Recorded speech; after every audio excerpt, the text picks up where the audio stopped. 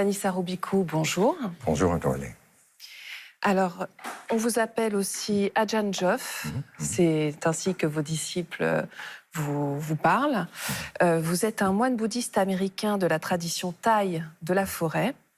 Après avoir obtenu un diplôme en histoire intellectuelle européenne en 1971, vous êtes parti en Thaïlande où vous avez étudié la méditation. Vous vous êtes fait ordonner en 1976 et avez vécu à Wat Dhammasatit dans la province de Rayong jusqu'à la mort de votre maître. Vous êtes ensuite rendu dans les collines du comté de San Diego, aux États-Unis, où vous avez aidé Ajahn Suat Suvajo à fonder le Metta Forest Monastery, donc c'est toujours dans le comté de San Diego, dont vous êtes devenu l'abbé en 1993. Nous pouvons voir que vous avez un parcours très riche. Pouvez-vous nous en dire plus sur ce parcours et sur votre maître? Oui. J'ai commencé à m'intéresser au bouddhisme quand j'étais adolescent. Et j'ai eu l'opportunité, quand j'étais à l'université, d'étudier la méditation avec un maître zen et avec un maître Theravada. À l'époque, je ne m'intéressais à aucune des carrières que je voyais s'offrir à moi. Les affaires, la politique, les médias, le milieu universitaire. Mais j'étais intéressé par la méditation. J'ai donc obtenu une bourse pour aller en Thaïlande en 1972 pour enseigner avec l'idée que je chercherais un maître de méditation. Il m'a fallu 4 ans avant d'en trouver un en qui je pouvais faire confiance. Ajahn Fuang Jotiko n'était pas très connu. C'était un membre de la tradition de la forêt et j'ai trouvé qu'il avait beaucoup de sagesse, beaucoup de compassion et beaucoup d'intégrité. Et après y avoir réfléchi pendant un moment, j'ai réalisé que c'était aussi la vie que je voulais suivre. Alors en 1976, je suis retourné en Thaïlande pour me faire ordonner et je suis resté avec lui jusqu'à sa mort en 1986. Vous avez ensuite fondé ce centre, le Metta Forest Monastery. C'est dans le comté de San Diego. Pouvez-vous nous en dire plus sur ce centre? Nous sommes situés dans les collines près du mont Palomar au nord de San Diego. C'est en fait un verger d'avocats entouré de ce qu'on appelle le chaparral. Nous avons 10 moines et nous offrons également la possibilité pour les laïcs de venir pratiquer au monastère. Le programme est largement consacré à la méditation plusieurs heures par jour. Mais il y a aussi des opportunités pour échanger sur le dharma. Et en tant qu'abbé, je voyage régulièrement et j'enseigne hors du monastère, aux États-Unis, mais aussi au Canada, au Brésil, en France, en Malaisie, à Singapour. Et donc vous organisez aussi des retraites. Oui, tout à fait. Revenons au thème de notre émission, les 10 perfections. Que signifie le terme paramita et quelles sont-elles? Le mot parami ou paramita vient du mot parang, qui a 2 sens. Le premier est essentiel ou prioritaire, ce qui signifie que ce sont les qualités qui devraient avoir la priorité dans votre vie.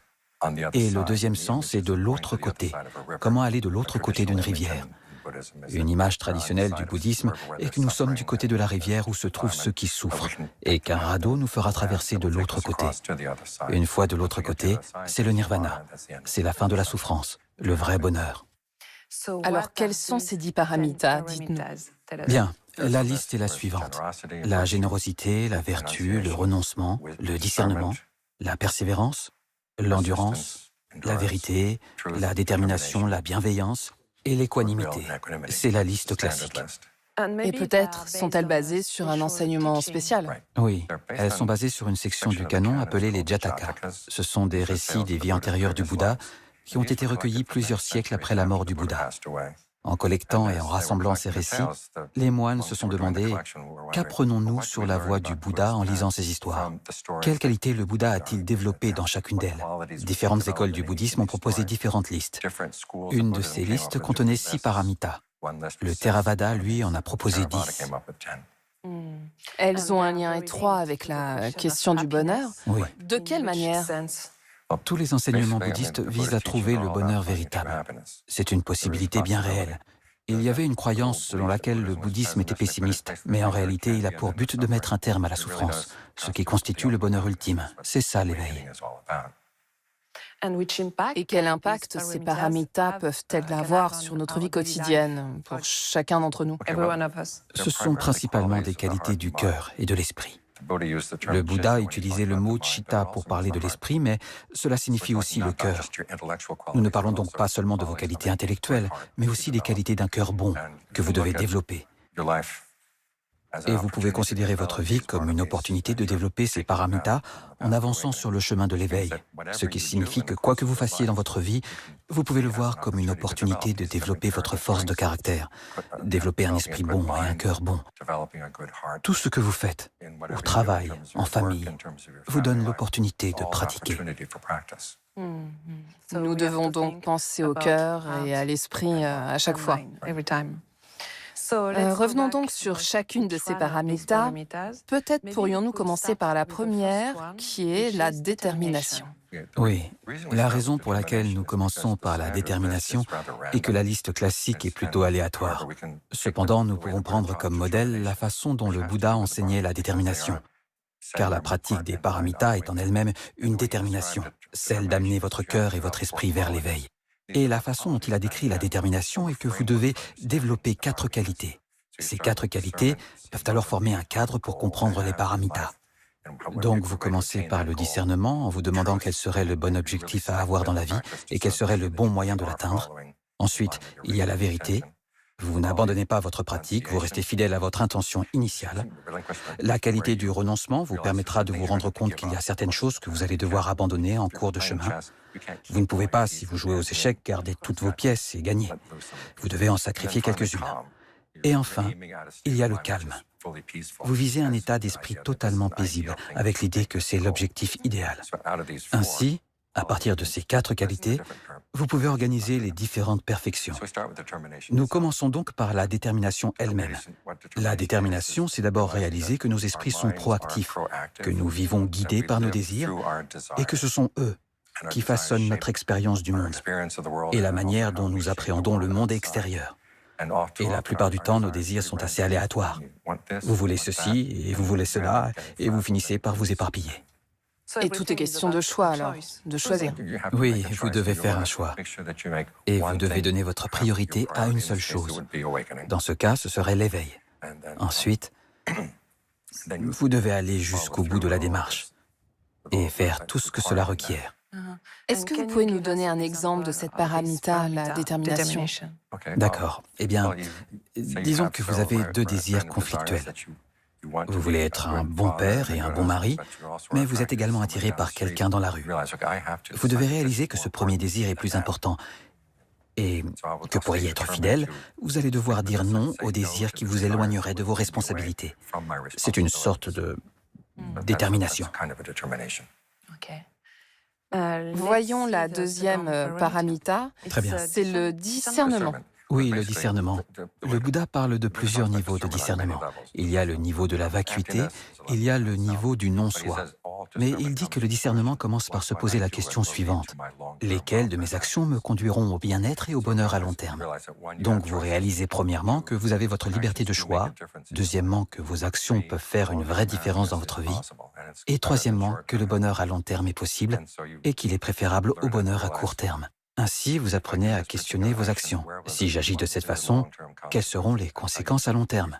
Et vous maintenez votre discernement en continu en pensant au long terme, pas seulement à vos désirs à court terme. Par exemple? Par exemple, vous voulez être en bonne santé, mais vous avez aussi envie de manger des glaces. Vous devez réaliser que ça ne va pas être bon pour vous. Cependant, il ne s'agit pas seulement de voir que ce serait un problème, mais aussi d'apprendre à vous raisonner afin que vous soyez vraiment convaincu que votre désir de départ, être en bonne santé, était un bon objectif et que vous devez vous y tenir. La troisième paramita est la bienveillance, qui est aussi très importante. Oui. La bienveillance est également liée au discernement, en ce sens que si vous voulez trouver un bonheur durable, votre bonheur ne peut pas dépendre de la souffrance des autres. Vous devez donc prendre leur bonheur en considération. La bienveillance fait partie de notre caractère, mais elle n'est pas toujours universelle. Il est très facile d'avoir de la malveillance pour beaucoup de gens. Mais le Bouddha dit que si vous avez de la malveillance pour une personne, vous serez susceptible d'agir de manière malhabile envers elle. Donc, pour votre propre bonheur, vous devez penser au bien-être de cette personne. Donc oui, vous devez vraiment faire attention à cela. Voyons la quatrième paramita, c'est protéger la vérité. Très bien. Là, nous passons du thème du discernement au thème de la vérité. Car pour avoir un cœur bon, il ne s'agit pas seulement d'avoir de bonnes intentions envers les autres, mais aussi de regarder les conséquences de vos actions et de vous demander « Oui, je voulais aider cette personne, mais l'ai-je vraiment aidé ?» Et si ce n'est pas le cas, où est-ce que j'ai mal agi? Vous essayez d'apprendre de vos actions. Cela signifie donc que vous devez être attentif à vos actions, observer leurs résultats, et aussi être honnête avec vous-même et vous dire « Oui, j'ai commis une erreur, mais je suis prêt à admettre cette erreur pour pouvoir la corriger. » Oui, reconnaître que nous avons fait une erreur, effectivement, c'est important. Pouvez-vous nous donner un exemple? Très bien. Disons que vous avez triché pendant un examen à l'école et l'enseignant vous prend sur le fait. Alors vous dites « Oui, j'ai triché et je réalise que les conséquences vont être mauvaises. » Il y a d'autres moments où vous pensez avoir fait de votre mieux, mais les choses se sont mal passées. À ce moment-là, vous devez vous demander « Qu'est-ce que j'ai mal compris? Où me suis-je trompé? Comment pourrais-je changer ?» Vous devez toujours être prêt à apprendre. C'est de cela qu'il s'agit ici. Alors, qu'en est-il de la vertu? La vertu découle de la vérité. Il y a certains préceptes que le Bouddha recommande. Préceptes contre le fait d'ôter la vie, contre le vol, les relations sexuelles illicites, le mensonge et la prise de substances intoxicantes. De ces 5 actes, le Bouddha identifie le mensonge comme étant le plus grave. Parce que si vous cherchez la vérité et que vous mentez aux autres, cela crée une atmosphère où les gens ne peuvent pas vous faire confiance, où ils sont mal informés. Et parfois, vous dites un mensonge et cela peut avoir un effet non seulement sur la vie actuelle de cette personne, mais aussi sur ses vies futures. Il faut donc faire très attention à dire la vérité. Car si vous vous habituez à mentir aux autres, vous commencez à vous mentir à vous-même. C'est toujours pareil, en fait. Oui. Ce que vous faites aux autres, vous le faites C'est aussi ça. à vous-même. Merci Merci beaucoup, Tanisa Robikou. Nous avons vu les 5 premières paramitas. La semaine prochaine, nous verrons les 5 suivantes.